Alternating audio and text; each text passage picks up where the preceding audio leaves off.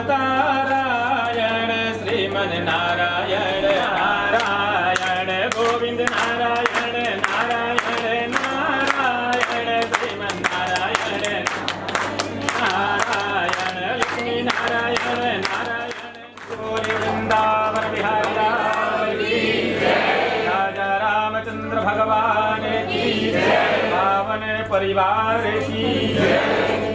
अष्टादश पुराणेषु 18 पुराण की रचना कहाँ होगी? भगवान कहे कि यह सुदर्शन जहां जाकर अस्त हो जाएगा वहीं पर सारे पुराण दिख जाएंगे। हमारे सनातन धर्म में अष्टादश पुराणेषु 18 पुराण, 6 शास्त्र और 4 वेद बतलाए गए हैं, जिसपे हमारा सनातन धर्म कार्य को करता है। श्री सूत जी महाराज से प्रश्न करते हैं कि हे प्रभु, इस योनि में उत्पन्न, मानव योनि में उत्पन्न अनेक प्रकार के कष्टों को सारे लोग भोग रहे हैं। हे नाथ, इस कलयुग में सबसे छोटा उपाय बताइए जो कि मनुष्य उसको कर यथाशीघ्र सुख प्राप्त कर ले। श्री सूत जी महाराज कहते हैं कि आपने बहुत ही उत्तम बात पूछी है। मनुष्य यदि यथाशीघ्र भगवान श्री सत्यनारायण व्रत कथा को श्रवण करता है तो उसके सारे पाप नष्ट हो जाते हैं। आज आप लोग कथा सुनेंगे तो सोचिए कि पीछे का सारा पाप नष्ट हो गया, तो ऐसा नहीं कि फिर से पाप कर फिर आगे भी कथा सुन लीजिए। पंडित जी, पाप क्या है, पुण्य क्या है? बता रहा हूँ, आगे उसी पे चलेंगे। सूत जी क्या बोले कि नाना योनियों में उत्पन्न सारे लोग कष्ट को भोग रहे हैं। आया है कि मृत्यु लोक जना सर्वे नाना क्लेश समन्विता नाना योनि समुत्पन्ना निस्वन्तः पाप कर्मभिः। अब अपने माता पिता को मारेंगे तो क्या है ना? सबसे प्रथम भगवान जो माने गए हैं, ये पत्थर के बाद में माने गए हैं, पहले माता पिता भगवान हैं।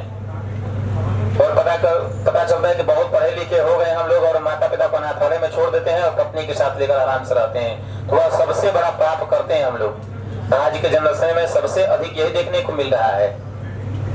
ऐसा नहीं, यह पाप है। ऐसा नहीं सोचिएगा कि उसको कर रहे हैं तो बहुत अच्छा कर रहे हैं, बहुत पैसा कमा रहे हैं, बहुत सुख को भोग रहे हैं। नहीं, आने वाला पीढ़ी आपको दंड देगा और इस लोक में आप सुख भोग सकते हैं, जब आगे की ओर चढ़ेंगे तो आपको और कष्ट भोगना पड़ेगा। इसलिए हमारा जन्म क्यों हुआ है? 4 चीज की प्राप्ति के लिए। जन्म ही 4 चीज की प्राप्ति के लिए होता है, लेकिन हमारा ध्यान ही उधर नहीं जाता है। पहला आता है धर्म। धर्म का कार्य का मतलब होता है यज्ञ अनुष्ठान, जब तक पूजा पाठ, नियम संयम, गरीबों की सहायता, कन्याओं का दान, माता पिता की सेवा, यह धर्म का कार्य। अभी आप जितने भी लोग बैठे हैं, आप सभी लोग धर्म के कार्य को कर रहे हैं, धर्म के ही कार्य को कर रहे हैं, इससे सबका कल्याण होता है। दूसरा आता है अर्थ। अर्थ मतलब होता है पैसा। नरेंद्र जी का ऑफिस है और आपको भी ऑफिस खड़ा करना है तो पैसे की आवश्यकता पड़ेगी।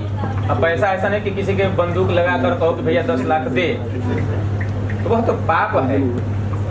शास्त्र ये कहता है कि परिश्रम कर जो धन कमाए हैं वह आपका धन है। तो परिश्रमिक कमाना चाहिए, जो आप लोग कमाते हैं, जिसको कहते हैं हम लोग आपस में सैलरी, यह आप परिश्रम के माध्यम से कमाते हैं। तीसरा आता है काम। काम की पूर्ति के लिए हमारे सनातन धर्म में वैवाहिक जीवन बतलाया गया है। नहीं वेस्टर्न की तरह इससे लव किए, उससे प्रेम किए, उसको छोड़ दिए, उससे शादी किए, उससे बच्चा पैदा किया, ऐसा भी नहीं है। जो व्यक्ति इन 3 कार्यों को सही ढंग तरीके से करता है उसकी सदगति सुनिश्चित इस कलयुग में कर दी जाती है। सतयुग में एक व्यक्ति की आयु 1 लाख वर्ष होती थी। सतयुग में एक मानव की आयु 1 लाख वर्ष होती थी।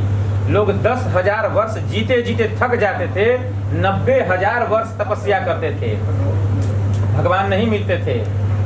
मानव योनि से एक शून्य कम हो गया, युग परिवर्तित हो गया, आ गया क्या? त्रेता युग। भगवान राम का जब अवतार हुआ था तो मानव योनि की आयु 10,000 वर्ष बतलाई गई थी। समय और परिवर्तित हुआ, द्वापर युग आया, मानव योनि से एक शून्य और कम हो गया। और राजा परीक्षित तक मानव योनि का उम्र जो था वह 1,000 वर्ष था। जैसे ही कलयुग का आगमन हुआ है, एक शून्य और कम हो गया। कितना बच गया? सबकी निर्धारित आयु जो एक रेशियो बतलाई वह 100 वर्ष है। अब 100 वर्ष में पता चला कि खूब दिन भर 24 घंटा दारू पिएंगे तो किडनी लीवर पे खराबी हो जाएगा। वह 100 वर्ष कहाँ जाएगा?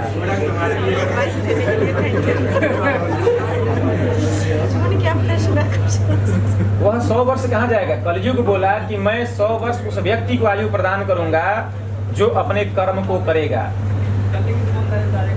उसको 100 वर्ष आयु योग करना चाहिए। अब हम लोग पास टाइम नहीं है, सुबह जगते हैं 6, 7, 8 बजे तो ऑफिस के लिए लेट हुआ है, तो नहाए धो भाग लिए, जो मिला सो खा लिए, नहीं तो भाई ऑफिस में काम कर रहे हैं। तो जीवन को जीने के लिए सिस्टम बनाया गया, उस सिस्टम के अनुरूप काम करते हैं तो हमारा आयु 100 वर्ष है। कलयुग यह भी बोला है कि यदि हम किसी मानव को किसी की भी गर्भावस्था में उसको हम नष्ट कर सकते हैं। आज हम सभी को सुनने में आता है कि गर्भ में ही बच्चा संतान खराब हो गया, और बाल्यावस्था में भी वह नष्ट हो सकता है। अर्थात जिसकी आयु 10 वर्ष, 12 वर्ष, 15 वर्ष है वो अभी नष्ट हो सकता है। लेकिन आयु बतलाई गई है 100 वर्ष। अपने जीवन को 100 वर्ष जीने के लिए कर्म को करना चाहिए। नारद जी विविध लोकों को भ्रमण करते इस मृत्यु लोक में आते हैं। यह पृथ्वी क्या है? केवल आते हैं मरने के लिए। इस मृत्यु लोक में हम लोग अपने पाप कर्म को भोगने के लिए और मरने के लिए ही आते हैं। हम लोग कहते हैं ना कि पाप को भोग रहे हैं, बहुत कष्ट है। अपने पूर्व जन्म के कर्म को हम लोग भोगते हैं। अच्छे जीजा मिल गए, अच्छी बहन मिल गई, अच्छा परिवार मिल गया, अच्छा समाज मिल गया, तो आपका कर्म अच्छा है कि आपको अच्छे लोग मिलते हैं। तो एक गरीब व्यक्ति का, गरीब के परिवार में किसी अच्छे व्यक्ति का जन्म हो जाता है, उसके पास पहनने के लिए वस्त्र तक नहीं होता है, और किसी अच्छे समाज से जब वह जुड़ता है तो उसको सारा सब कुछ फैसिलिटी मिलना शुरू हो जाता है। वह आपका अच्छे कर्मों का देन है कि इस युग में आपको अच्छा मिल रहा है। पूर्व में अच्छा कर्म करते हैं तो बहुत अच्छे घर में हमारा जन्म होता है। यह पाप कर्म को देखकर मृत्यु लोक से भ्रमण करते हुए नारद जी कहाँ जाते हैं? तत्र नारायणं देवं शुक्लवर्णं चतुर्भुजं शंख चक्र गणमाला विभूषितम्। वह वैकुंठ लोक जाते हैं, भगवान नारायण को देखते हैं, प्रणाम करते हैं और कहते हैं कि हे नाथ, मैं विविध लोकों को घूमते हुए आ रहा हूँ। नाना प्रकार के योनि, नाना प्रकार के कष्ट को भोग रहे हैं। हे नाथ, व्यक्ति के पास समय नहीं है कि आपका इतना अधिक भजन कर पाएगा। समय बहुत कम है, कुछ सूक्ष्म उपाय बताइए। भगवान कहते हैं कि आपने बहुत ही उत्तम बात पूछी है। दैवाधीनम जगत सर्वम, यह पूरा संसार ब्रह्मांड जो है वह देवताओं के अधीन में है। किसके अधीन है? वो जब चाहे जहाँ चाहे भूकंप ला सकते हैं, तूफान ला सकते हैं, बारिश कर सकते हैं, वो उनके हाथ में है। आपके हाथ में छतरी लेकर बचाव कर सकते हैं। दैवाधीनम जगत सर्वम, यह संसार जो है देवताओं के अधीन में है। मंत्राधीनस्तु देवता, मंत्र के माध्यम से अपने सिस्टम को चेंज करने के लिए भगवान का हम लोग पूजन करते हैं। मंत्राधीनस्तु देवता ते मंत्रा ब्राह्मण, मैं ही क्यों, ब्राह्मण क्यों पूजा करेगा? आप क्यों नहीं कर सकते हैं? ते मंत्रा ब्राह्मणाधीना तस्माद ब्राह्मण देवता, इसलिए ब्राह्मणों से यज्ञ अनुष्ठान जब तक पूजा पाठ कराया जाता है। वो कब कह देगा कि शनि खराब है, राहु खराब है, कोई ठीक नहीं है। वह समझ गया है तो आपको बता रहा है कि मंत्र के माध्यम से आप उसको ठीक कर सकते हैं। वह आपका ठीक हो जाएगा तो आपको अच्छा प्रतिफल प्रदान करेगा। भगवान कहते हैं कि आपने बहुत उत्तम बात पूछी है। कम समय में मध्याह्न काल के बाद सायंकालीन हमारी कोई यज्ञ अनुष्ठान जब तक पूजा पाठ को करता है उसके सारे पाप तत्काल ही नष्ट हो जाते हैं। तत्काल ही सारे पाप नष्ट होता है, वह सुख प्राप्त करने लगता है। नारद जी कहते हैं प्रभु इसको कब और कैसे करना है, जैसे करने से क्या फल मिलता है, क्या विधान है। प्रभु हरि सब कुछ बताते हैं नारद जी को, और नारद जी अति प्रसन्न हो जाते हैं। नारद जी कहते हैं कि सायंकालीन मध्याह्न काल के बाद पत्रम पुष्पम फलम तोयम, यदि आपके पास प्रकृति ने आपको 10 रुपए दिया है तो 1 रुपए खर्च कर नारायण का पूजन करें। प्रकृति ने आपको 1 करोड़ दिया है तो आपको 1000 खर्च करने में कोई आपत्ति नहीं है। भगवान को पत्रम पुष्पम फलम तोयम, भगवान की इसी चीज से पूजा होती है। ये पैसा वैसा तो हम लोग चढ़वाते हैं अपने यूज के लिए, पैसा भगवान लेकर रहते हैं। भगवान फल का रस लेते हैं, नैवेद्य का रस लेते हैं, भगवान को हार बनाता है दिव्य पुरुष लगने के लिए। अभावे साली चूर्णम च, जब यह कथा लिखी गई थी उस टाइम कोई ये हरि भोग पता नहीं कौन कौन सा कान्हा भोग, जो मिष्ठान का दुकान ये सब नहीं हुआ करता था। तब लिखा गया था कि आप अपने ही घर में आटा को भून कर हमको भक्ति पूर्वक समर्पित कर दीजिए, मैं प्रसन्न हो जाऊंगा। क्योंकि आपको कदली फल प्राप्त हो सकता है, मतलब केला मिल सकता है। भगवान को क्या भोग लगता है, केले का। अमृत रूपी जो है वह केला ही भगवान को प्रिय पसंद है, इसीलिए केले के पत्ते का रखकर भी पूजन कराया जाता है। ब्राह्मण से कथा सुनकर ब्राह्मण को दक्षिणा देना चाहिए। ब्राह्मण को हो सके तो भोजन वोजन भी करा दो। उसके बाद कथा सुनकर ब्राह्मण को दक्षिणा दे भोजन करना चाहिए। नित्य गीता का आयोजन करना चाहिए, रात्रि जागरण करना चाहिए। ऐसा करने से मनुष्यों की अभिलाषाएं अवश्य पूर्ण हो जाती है। विशेष रूप से कलयुग में प्रतिपर्या सबसे छोटा सा उपाय है।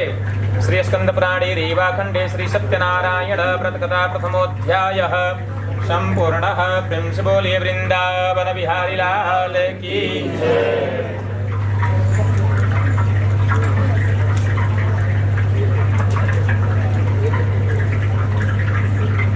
कथा विष्णु लोक में सुनाई गई, कथा विष्णु लोक में ही है। दूसरे अध्याय में भगवान कहते हैं अन्यथा संप्रवक्ष्यामि यथा देवसुतै तव। वेद कहता है ब्राह्मणोस्य मुखमासीत् बाहो राजन्यः कृतः ऊरु तदसीत् वैश्यः पदव्याद्वंशोद्र अजायत। भगवान नारायण एक वृद्ध ब्राह्मण को देखते हैं और अत्यंत वृद्ध ब्राह्मण का रूप धारण करके उस वृद्ध ब्राह्मण के पास जाते हैं। भगवान नारायण की उत्तम व्रत पूजन करो, इसके करने से आपके सारे पाप नष्ट हो जाएंगे। भगवान की उत्तम बात को वह ब्राह्मण श्रवण करता है और संकल्प करता है कि कल सूर्योदय से लेकर सूर्यास्त तक जो भिक्षा में धन प्राप्त होगा उसी धन से भगवान नारायण का उत्तम व्रत पूजन करूंगा।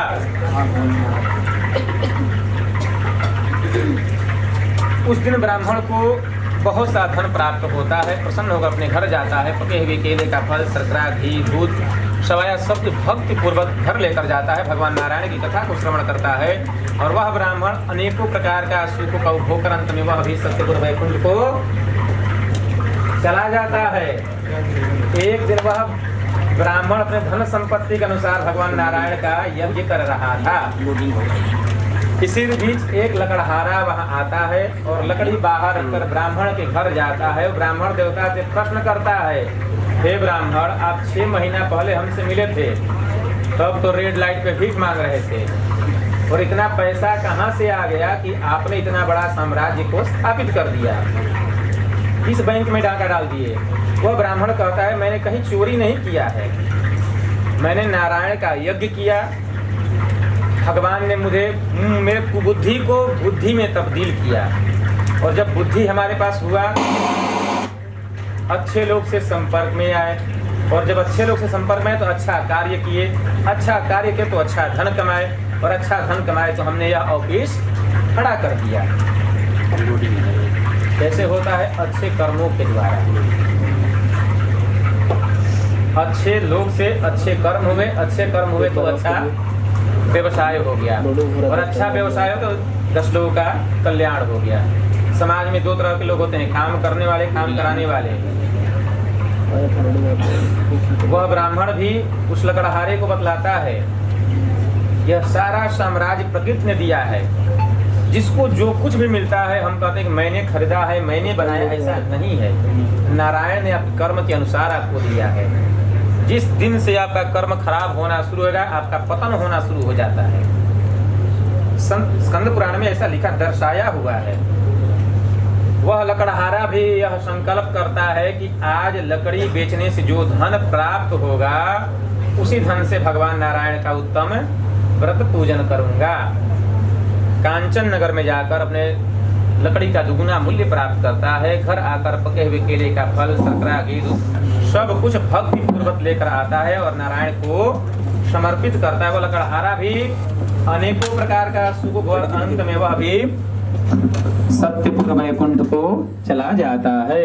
श्री स्कंद पुराणे रेवा खंडे श्री सत्यनारायण व्रत कथा द्वितीयोध्याय संपूर्णः। प्रेम से बोलिए सच्चिदानंद भगवान की। तृतीयोध्यायः सूत उवाच। श्री सूत जी महाराज पुनः प्रश्न करते हैं कि हे प्रभु, आपके माध्यम से हमने 2 अध्याय कथा श्रवण किया है। सबसे पहले जो कथा श्रवण किया था उसका सारांश आप बताइए। क्या कहते हैं? ओम जज्जाग्रतो दूरमुदयति दैवान्तदुषुप्तस्य तथैवैते दूरङ्गमं ज्योतिखान् ज्योतिरेकन्तन्मे मनः शिव संकल्पमस्तु।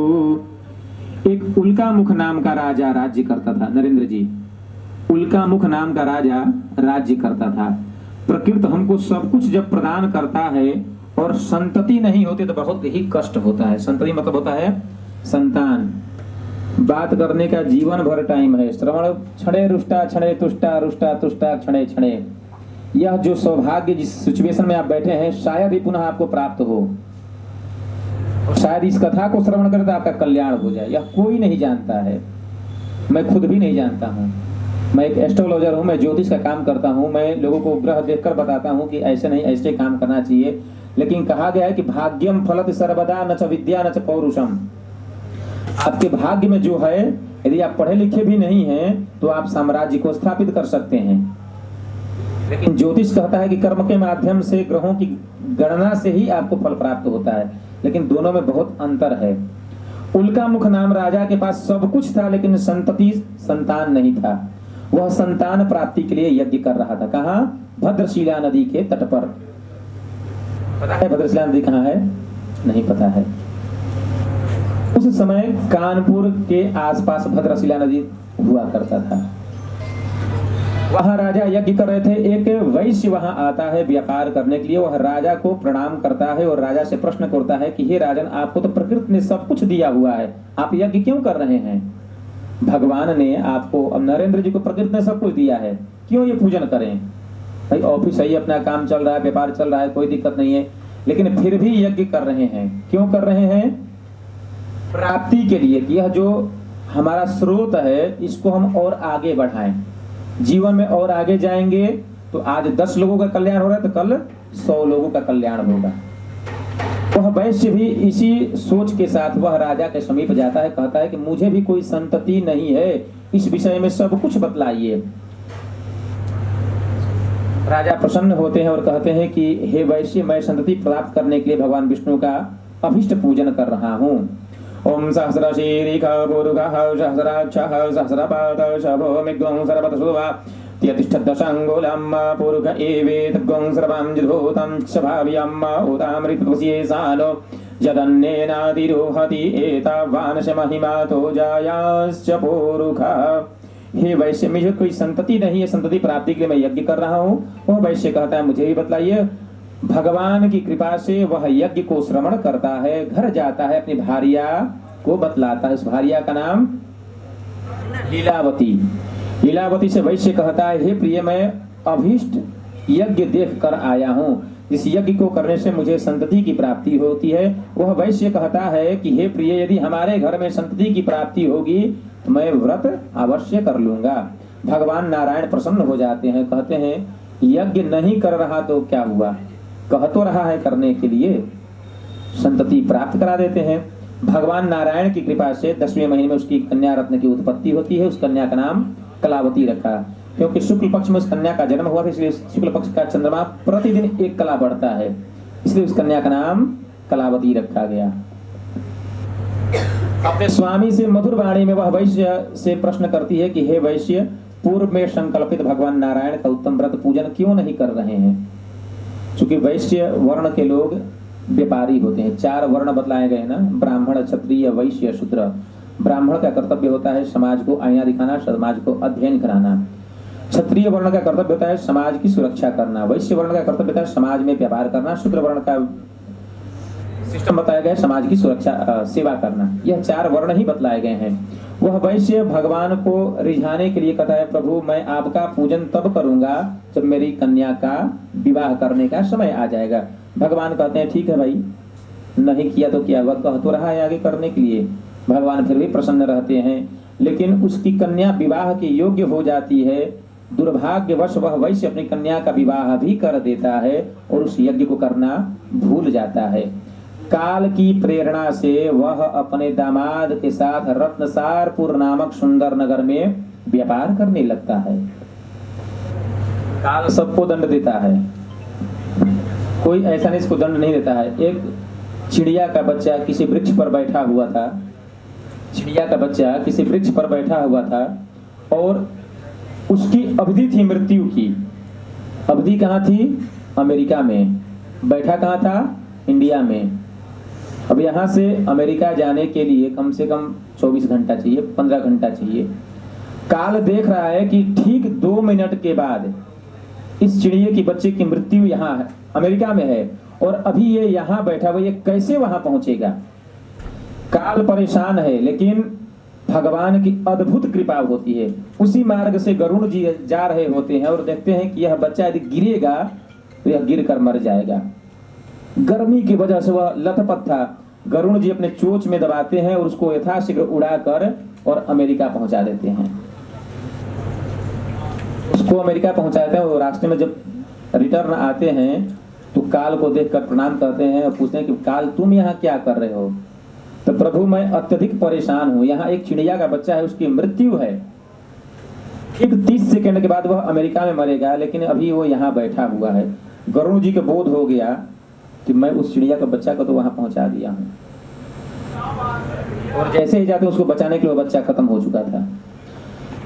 काल की ही प्रेरणा से व्यक्ति दुष्कर्म करना शुरू कर देता है। अपने कर्म नहीं, काल के ही प्रेरणा से करता है। काल के ही प्रेरणा से रत्नसारपुर नामक सुंदर नगर में दामाद के साथ व्यापार करने लगता है।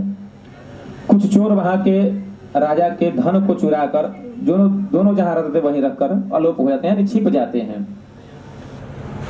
राजा के दूत आते हैं और उन दोनों को बिना विचार किए पकड़ कर लेकर चले जाते हैं। वह दोनों कहते हैं कि हमने चोरी नहीं किया है, लेकिन उसका कोई बात नहीं सुनता है। उसका सारा का सारा धन भी वह राजा ले लेता है, बिना विचार किए महान कारागार में डाल दिया जाता है। उसका घर का सारा का सामान चोरों ने चुराया। शारीरिक मानसिक भूख प्यास से उसकी पत्नी और पुत्री भी दर दर भटकने लगती हैं। एक दिन वह कन्या किसी ब्राह्मण के घर जाती है, मनोरथ प्रदान करने व्रत को देखती है, कथा श्रवण करती है, और कथा श्रवण कर कर कुछ रात्रि होने पर घर आती है। माता प्रश्न करती है, हे पुत्री तुम रात्रि में कहाँ रुके थे, तुम्हारे मन में क्या है? तब माँ से कहती है, मैंने मनोरथ व्रत देखा है, हे माँ मैं वहीं रुककर कथा श्रवण की हूँ, कुछ रात्रि होने पर आई हूँ। उसकी माता कहती है कि हे प्रिय, हे पुत्री, प्रातः कालीन पत्रम पुष्पम फलम तोयम, जो कुछ हमारे पास है इसी से हम भगवान नारायण का उत्तम व्रत पूजन करेंगे और भगवान से निवेदन करेंगे कि हे प्रभु हमारे पति और जमाता के अपराध को क्षमा करें। प्रातः कालीन स्नान इत्यादि कर वह कथा श्रवण करती है और भगवान से निवेदन करती है। और उधर भगवान स्वप्न दिखाते हैं चंद्रकेतु को कि हे राजन, जिस चोर को तुम चोर समझकर वैश्य को बंद कर दिए हो, बिना विचार किए महान कारागार में डाल दिए हो, वह निर्दोष है, उसको छोड़ दो, और नहीं छोड़ो तुम्हारा राज्य पुत्र से तुम्हारा सर्वनाश कर दूंगा। वह सुबह का स्वप्न देखता है और सभा में बैठकर सभासदों के साथ विचार करता है और कहता है कि दोनों वैश्यों को बंधन मुक्त करवाकर मेरे सामने लेकर आओ। भगवान की कृपा से जितने दिन तक वह जेल में बंद रहता है, नारायण की कृपा से वह राजा उसको उतना धन भी प्रदान करा देता है। 10 रुपए लिया था तो 10 लाख राजा उसको दे देता है, क्योंकि वह उतने दिन जेल में बंद था। वह प्रकृति ही उसको प्रदान किया है। और कर्म करवाया जाता है, वस्त्र अलंकार दिया जाता है। राजा को प्रणाम कर कर राजा कहते हैं कि हे वैश्य, अपने घर की ओर प्रस्थान करें। वह दोनों वैश्य राजा को प्रणाम करते हैं और राजा से कहते हैं कि हे प्रभु, आपकी कृपा से हमारा मनोरथ सफल हो गया और आपकी कृपा से हम अपने घर की ओर प्रस्थान करते हैं। श्री स्कंद पुराणे रेवाखंडे श्री सत्यनारायण व्रत कथा तृतीयोध्याय संपूर्णः। प्रेम से बोलिए सच्चिदानंद भगवान की। चतुर्थोध्यायः सूत उवाच। पुनः सूत जी कहते हैं, ओम जतपुरुषेणः विखा देवार्यजनमादान्वद वसन्तोष्यासेदाज्यान ग्रीगमैदमः सारध्वीः।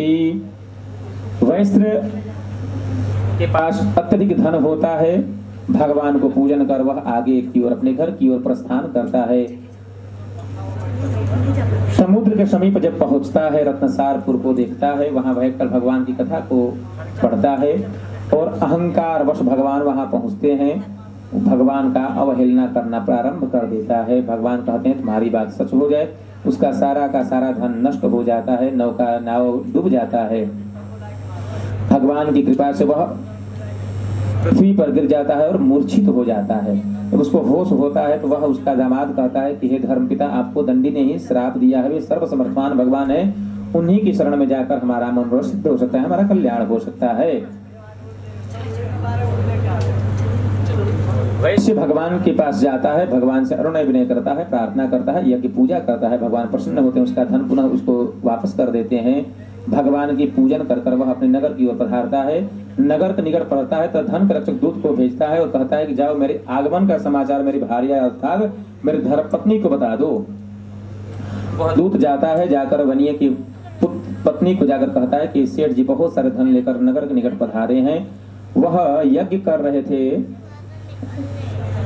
यज्ञ को समाप्त कर कर था शीघ्र प्रसाद का परित्याग कर कर वह अभी पति को दर्शनार्थ के लिए भगवान नारायण रुष्ट हो जाते हैं और पुत्री के पति को धन के साथ हरण कर कर जल में डुबो देते हैं। आकाशवाणी होती है कि हे वैश्य, तुम्हारी पुत्री प्रसाद का परित्याग कर कर चली आई है। यह पुनः घर जाकर प्रसाद ग्रहण कर कर आए तो इसका पति इसको प्राप्त हो जाएगा, इसमें कोई संशय नहीं है। आकाशवाणी ऐसी सुनती है, घर जाती है, प्रसाद ग्रहण करती है, पुनः आती है, अपने पिता और पति को देखती है, प्रणाम करती है और पिता से कहती है तो घर चले। संक्रांति पर्वत पर भगवान श्री सत्यनारायण की कथा को श्रवण कर वह वैश्य भी अनेकों प्रकार का सुख का उपभोग कर अंत में वह भी सत्यपुर वैकुंठ को चला जाता है। श्री स्कंद पुराणे रेवाखंडे श्री सत्यनारायण व्रत कथा चतुर्थोध्यायः संपूर्णः। प्रेम से बोलिए सच्चिदानंद भगवान की। पंचमोध्यायः सूत उवाच। श्री सूत जी महाराज कहते हैं कि आपको मैं दूसरी कथा सुनाता हूँ। एक तुंगध्वज नाम का राजा राज्य करता था। वह राजा वन में जाकर बहुत से पशुओं को मारकर वृक्ष के नीचे आकर बैठ जाता है। वन में देखता है कि कुछ ग्वाल वाल यज्ञ कर रहे होते हैं। अहंकार वश न तो भगवान को प्रणाम करता है और न ही यज्ञ के पास जाता है। फिर भी गोप ग्वाल भगवान का प्रसाद राजा में रखकर इच्छा अनुसार सभी लोग प्रसाद ग्रहण करते हैं।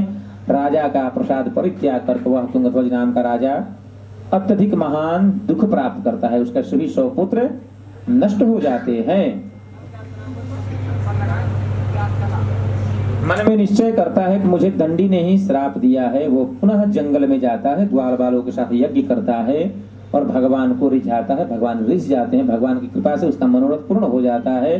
पुनः उसके सभी 100 पुत्र जीवित हो जाते हैं। श्री सूत जी महाराज कहते हैं, जो व्यक्ति श्रद्धा निष्ठा भक्ति विश्वास के साथ कथा को श्रवण करता है उसके सारे पाप नष्ट हो जाते हैं। डरा हुआ व्यक्ति भय से मुक्त हो जाता है। बंधन में पड़ा हुआ व्यक्ति बंधन से मुक्त हो जाता है।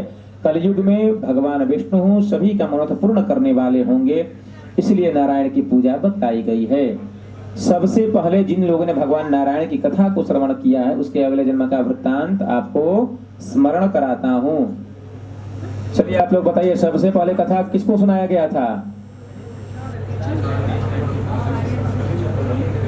इतना बढ़िया सब लोग बैठकर कथा सुने हैं सतानंद ब्राह्मण को।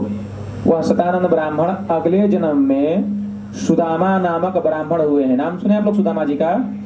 भगवान श्री कृष्ण के परम मित्र। वह सदानंद नाम का ब्राह्मण अगले जन्म में सुदामा हुए हैं, भगवान श्री कृष्ण का सेवा कर मोक्ष पद प्राप्त किए हैं। दूसरा कथा किसने श्रवण किया था? लकड़हारे ने श्रवण किया था। उसी ब्राह्मण के घर पर लकड़हारा कथा को श्रवण किया था। वह लकड़हारा अगले जन्म में गुहराज निषाद हुए हैं। नाम सुने हैं? निषाद और गुह का नाम नहीं सुने हैं? भगवान श्री राम का नाम सुने हैं? उनके परम मित्र का नाम था गुहराज निषाद, जो केवट के रूप में गंगा को पार कराए ना, केवट के रूप में। परम मित्र भगवान श्री राम का, श्री राम जी का सेवा कर मोक्ष पद प्राप्त किए हैं। तीसरा कथा किसने श्रवण किया? उल्का मुख नाम का राजा। वह राजा अगले जन्म में महाराज दशरथ हुए हैं। नाम सुने हैं?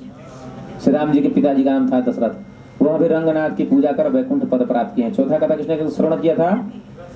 वैश्य ने। वह वैश्य अगले जन्म में मोरध्वज नाम का राजा हुआ है। वह अपने पुत्र का देह बीचों बीच चीर कर भगवान विष्णु को चढ़ाकर मोक्ष पद प्राप्त किए हैं।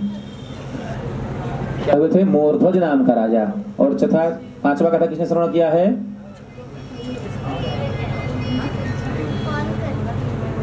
तुंगध्वज नाम का राजा। वह तुंगध्वज नाम का राजा अगले जन्म में महाराज मनु हुए हैं। भागवत संबंधी संपूर्ण कार्यों का अनुष्ठान कराकर मोक्ष पद प्राप्त किए हैं। जो गो ग्वाल थे वह भगवान के शाश्वत धाम को चले गए। जब जब देवासुर संग्राम होता है तब तब देवताओं की तरफ से वह युद्ध करते हैं, पुनः भगवान के शाश्वत धाम को वो लोग चले जाते हैं। श्री स्कंद पुराणे रेवाखंडे श्री सत्यनारायण व्रत कथा पंचमोध्याय संपूर्णः। प्रेम से बोलिए सच्चिदानंद भगवान की जय हो।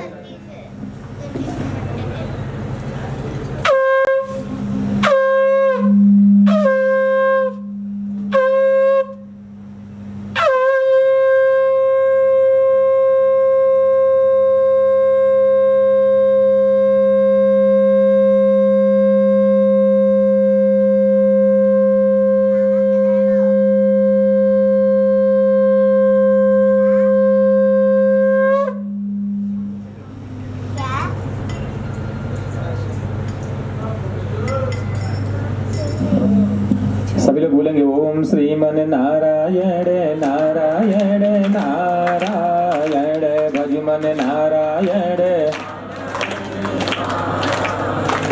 सत्य नारायण नारायण नारायण श्रीमन नारायण नारायण नारायण लक्ष्मी नारायण नारायण नारायण श्रीमन नारायण नारायण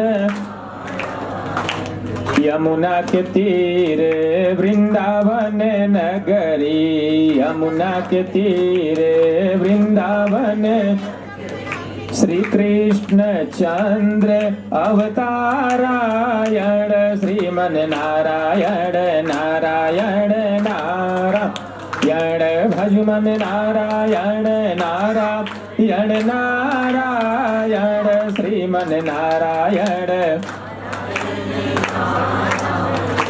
सरयू के तीरा अयोध्या नगरी सरयू के तीरा अयोध्या श्री रामचंद्र अवतारायण श्रीमन नारायण नारायण नारायण भजमन नारायण नारायण नारायण श्रीमन नारायण नारायण बक्सर जाए ताड़का मारे बक्सर जाए ताड़का रे ऋषि मुनि यज्ञ करारायण श्रीमन नारायण नारायण नारायण श्रीमन जड़ गोविंद नारायण नारायण नारायण श्रीमन नारायण नारायण नारायण लक्ष्मी नारायण नारायण नारायण श्रीमन नारायण जाय जनकपुर शिव धनुष तोड़े, जाय जनकपुर शिव सीता संग ब्याहर चारायण, श्रीमन नारायण नारायण यण भजमन नारायण नारायण नारायण, श्रीमन नारायण गोविंद नारायण नारायण नारायण, श्रीमन नारायण नारायण नारायण, श्रीमन नारायण नारायण नारायण, श्रीमन नारायण। प्रेम से बोले वृंदावन बिहारी लाल की जय, राजा रामचंद्र भगवान की जय, सभी भक्तों की जय। नमः पार्वती पतये हर हर महादेव। लगता है भगवान आ गए। आप लोग भगवान को बुला लिए? भगवान यही रहते हैं। यही रहते हैं। देखिए क्या बात, भगवान यही रहते हैं। परम सौभाग्य की बात है।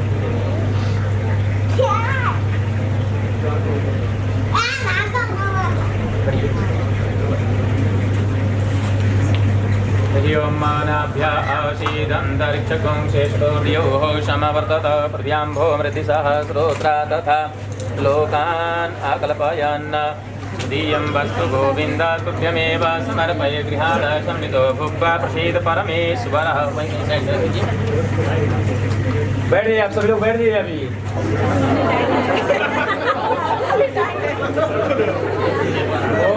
भूख लग गया क्या सबको? प्रसाद की दिव्य व्यवस्था है, नरेंद्र जी प्रसाद की दिव्य व्यवस्था किए हैं। भोज भी है, भंडारा भी है। भंडारा भी है, क्या बात है। थोड़ा सा हवन कर लेते हैं, थोड़ा सा हवन मनोहरम भी। हाँ क्या आया मेरे पास? उसको रखिए नीचे पूरे हाथ में और सरसों तैयार कर में डाल दीजिए। सरसों घुमाइए, गिरने दीजिए, कोई बात नहीं, डाल दीजिए अग्नि में। आदमी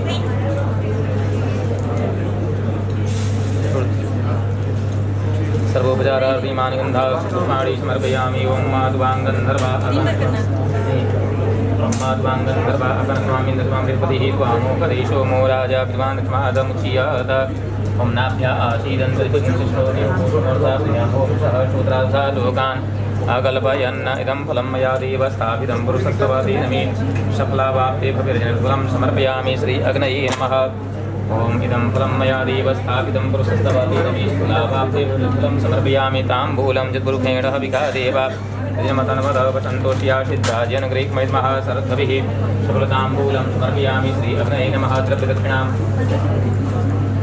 ओम हिरण्यगर्भः समवर्ताग्रे भूस्त्रिजातः पुत्रेकया शीतः सदाधार पृथिवीन्द्यां धीमां स्मै देवाय अविकाविधिं प्रेतायाः पूजायाः साधुमया दक्षिणां समर्पयामि श्री अग्नये नमः।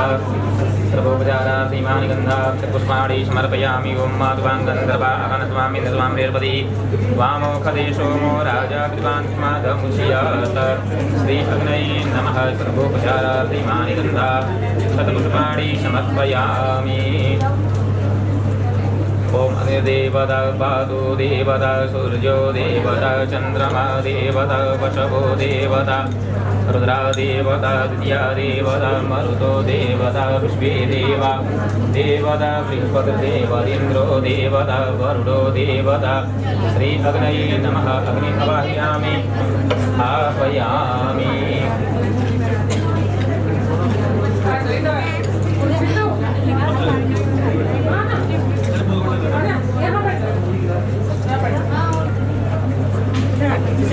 ये मुद्रा है, स्वाहा करेंगे। ओम गंगणपतये नमः स्वाहा। आप भी डालिए। ओम गंगणपतये नमः स्वाहा। यहाँ साइड से जल्दी कीजिएगा, यहाँ साइड। ओम गंगणपतये नमः स्वाहा। ओम गंगणपतये नमः स्वाहा। ओम अम्बे अम्बिके बालिके नमः नयति कृष्णस्मृतिकां वीरवासिनीं ओम गौर्यै नमः स्वाहा। ओम गौर्यै नमः स्वाहा। कर दीजिए। ओम गौर्यै नमः स्वाहा। ओम ह्रीं ह्रौं सूर्याय नमः स्वाहा। ओम ऐं क्लीं सोमाय नमः स्वाहा। ओम ओम श्रीं भौमाय नमः स्वाहा। ओम ऐं श्रीं श्रीं बुद्धाय नमः स्वाहा। ओम ह्रीं क्लीं हुं बृहस्पतये नमः स्वाहा। ओम ह्रीं श्रीं शुक्राय नमः स्वाहा। ओम ऐं भगवते वासुदेवाय नमः स्वाहा। ओम नमो भगवते वासुदेवाय नमः स्वाहा। ओम नमो भगवते वासुदेवाय नमः स्वाहा। ओम नमो भगवते वासुदेवाय नमः स्वाहा। ओम नमो भगवते वासुदेवाय नमः स्वाहा। ओम सर्वबाधा विनिर्मुक्तो धनधान्य सुदान्वितः मनुष्यो मत प्रसादेतो जहि स्वाहा। ओम सर्वबाधासु घोरासु वेदनाभ्यर्थितोऽपि वा स्मरन् ममत्त च तं नरो मुच्येत संकटात् स्वाहा। ओम यम यम चिन्तयति कामं तं तं प्राप्नोति निश्चितं परमेश्वरीमतलं प्राप्स्यते भूतले पुमान् स्वाहा। ओम श्रीं ह्रीं श्रीं कमले कमलालय प्रसीद प्रसीद श्रीं ह्रीं श्रीं महालक्ष्मी दिव्यै नमः स्वाहा। ओम श्रीं ह्रीं श्रीं कमले कमलालय प्रसीद प्रसीद श्रीं ह्रीं श्रीं महालक्ष्मी दिव्यै नमः स्वाहा। ओम श्रीं ह्रीं श्रीं कमले कमलालय प्रसीद प्रसीद श्रीं ह्रीं श्रीं महालक्ष्मी दिव्यै नमः स्वाहा। ओम श्रीं ह्रीं श्रीं कमले कमलालय प्रसीद प्रसीद श्रीं ह्रीं श्रीं महालक्ष्मी दिव्यै नमः स्वाहा। ओम श्रीं ह्रीं श्रीं कमले कमलालय प्रसीद प्रसीद श्रीं ह्रीं श्रीं महालक्ष्मी दिव्यै नमः स्वाहा। खड़े हो जाइए।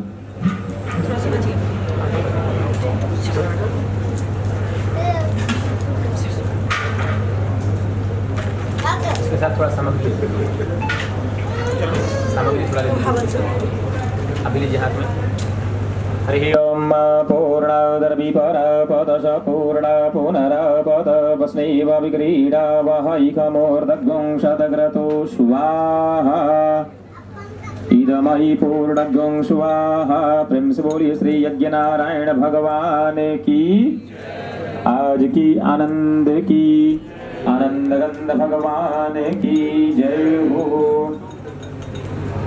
प्रजा सानी पशु सानी लोक सान्य भय सानी अग्निः प्रजां बहुलां मे करोद्वन्नं पयोरेदोष्मा शुद्धत। ओम जय लक्ष्मी रमणा स्वामी जय हो लक्ष्मी। सत्यनारायण स्वामी जनपातक हरणा। ओम जय लक्ष्मी रमणा रगट भये कलिकारण द्विज को दर्श दियो स्वामी द्विज को दर्श। ओ बूढ़ो ब्राह्मण बन कर कंचन महल जियो। ओम जय लक्ष्मी रमणा वैश्य मनोरथ पायो श्रद्धा तज दीनी स्वामी जो प्रभु जी फिर स्तुति कीन्हे। ओम जय लक्ष्मी रमणा ग्वाल बाल संग राजा वन में भक्ति करी स्वामी करी मन वांछित फल दीन हो दीनो दयालु हरि। ओम जय लक्ष्मी रमणा चटत प्रसाद सवायो कदली फल मेवा स्वामी फल मेवा धूप दीप तुलसी से राजी सत्य देवा। ओम जय लक्ष्मी रमणा सत्य नारायण जी की आरती जो कोई नर वे हो स्वामी प्रेम सहित गावे कहत शिवानंद मन भजत हरि हर स्वामी मन वांछित फल पावे। ओम जय तेरी उतारो नजरिया रिद्धि के संवरिया। तेरी उतारो नजरिया रिद्धि के संवरिया। रिद्धि के संवरिया वो सिद्धि के संवरिया। रिद्धि के संवरिया वो सिद्धि के संवरिया।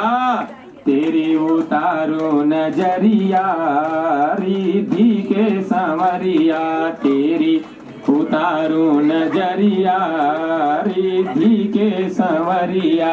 एक दंत दयावंत चार भुजाधारी।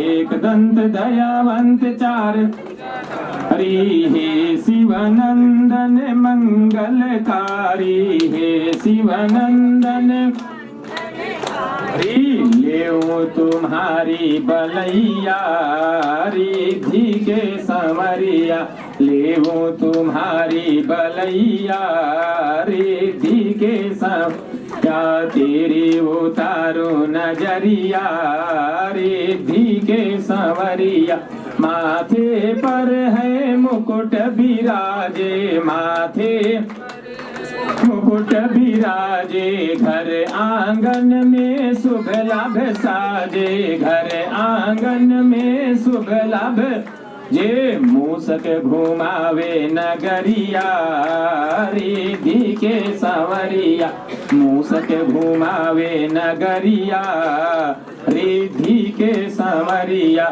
रिद्धि के संवरिया वो सिद्धि के संवरिया रिद्धि के संवरिया वरिया मूसक घुमावे नगरिया रिद्धि के संवरिया हे गणराज गजानन आओ हे गजानन आओ लड्डुअन के तुम भोग लगाओ रिद्धि के संवरिया रिद्धि के संवरिया वो सिद्धि के संवरिया रिद्धि के संवरिया वो सिद्धि नगरिया रिद्धि के प्रिया कर्पूर गौरम करुणावतारम संसार सारम भुजगेन्द्रम सदा वसंतम हृदयारविंदे भवम भवानी सहितम मैं तेरी उतारो